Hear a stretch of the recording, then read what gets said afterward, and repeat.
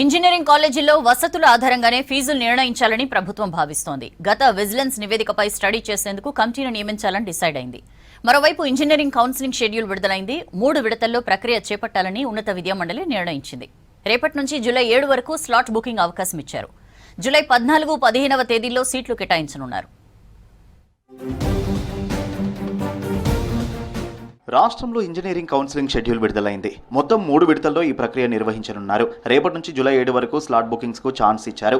July 6 నుంచి 10 వరకు web ఆప్షన్లు నమోదుకు అవకాశం ఇచ్చారు. జూలై 14, 15 తేదీల్లో ఫస్ట్ ఫేజ్ మాక్ సీట్లు కేటాయింపు ప్రక్రియ ఉంటుంది. 18 లోపు మొదటి విడత సీట్లను కేటాయించనున్నారు.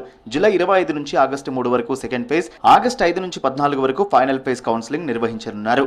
పాత ఫీజుల ప్రకారమే బీటెక్ కౌన్సిలింగ్ ఉంటుందని చెప్పారు అధికారులు.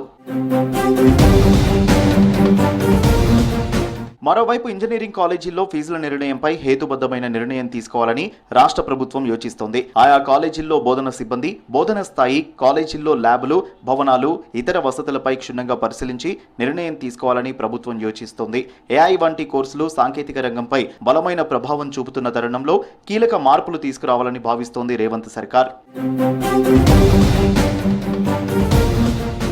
ఫీజుల నిర్ణయానికి కాలేజీల్లో ఉండే వసతులనే ప్రతిపాదిక తీసుకోవాలని రాష్ట్ర ప్రభుత్వం నిర్ణయించింది. ఫీజుల నిర్ణయంలో సుప్రీంకోర్టు తీర్పులకు అనుగుణంగా వ్యవహరించాలని డిసైడ్ అయ్యింది.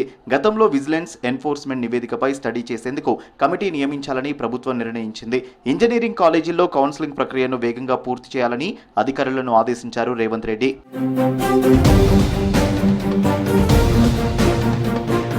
10th అడ్వాన్స్డ్ సప్లిమెంటరీ ఫలితాలు విడుదలయ్యాయి. మొత్తం 73% మంది విద్యార్థులు పాస్ అయ్యారు. గర్ల్స్ పర్సెంటేజ్ 77% కాగా బాయ్స్ పర్సెంటేజ్ 71% సాధించారు. సప్లిమెంటరీ ఫలితాల్లో జనగామ 100% సాధించి టాప్ ప్లేస్ లో ఉంది. మొత్తం 42,834 మంది సప్లిమెంటరీ పరీక్షలు రాయగా 28,415 మంది పాస్ అయ్యారు.